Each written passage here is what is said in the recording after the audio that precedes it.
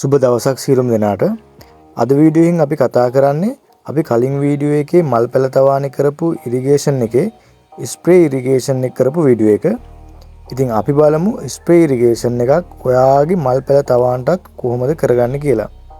ඉතින් වීඩියෝ එකට යන්න කලින් වෙනදා වගේ මතක් කරනවා ඔයාගේ ගාඩන් එකට ඔයාගේ ඕනම වගාවකට ඉරිගේෂන් එකක් කරගන්න බලාපොරොත්තු වෙමින් ඉන්න කෙනෙක් නම් අපේ channel එක දැම්ම subscribe කරලා තියාගන්න.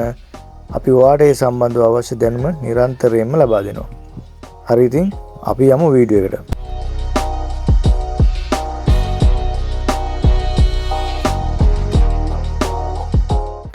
හරි ඉතින් මේ පේන මල් පැල රාක්ක වලට තමයි අපිට මේ සිස්ටම් එක සවි කරන්න තියෙන්නේ. මෙතන තියෙන රාක්කයකට අපි ස්ප්‍රේ නොසල් 3ක් දානවා.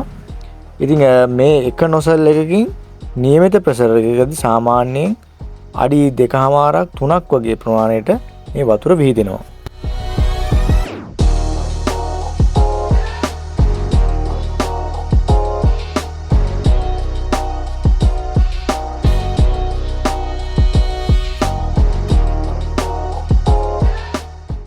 හරි ඉතින් අපි මේ සිස්ටම් එකට ෆිල්ටර් එකක් දාගන්නවා.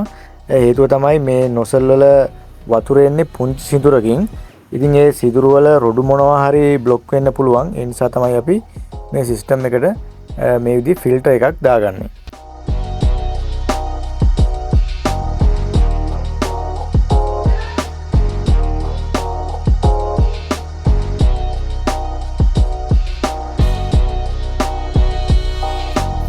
හරි ඉතින් ඔයාලට පේනවා අපි මේ සිස්ටම් එකේදී සම්පූර්ණයෙන්ම PVC පයිප් තමයි පාවිච්චි කරලා තියෙන්නේ.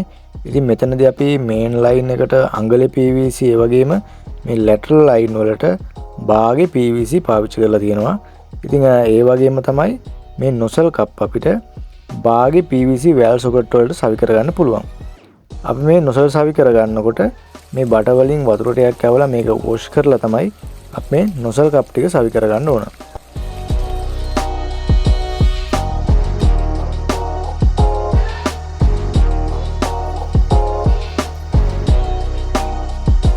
හරි ඉතින් ඔන්න දැන් අපේ ඉන්ස්ටෝලින් එකේ වැඩ ටික ඔක්කොම ඉවර වෙලා තිනවා. අපි දැන් බලමු මේ සිස්ටම් එක කොහොමද වැඩ කරගන්නේ කියලා.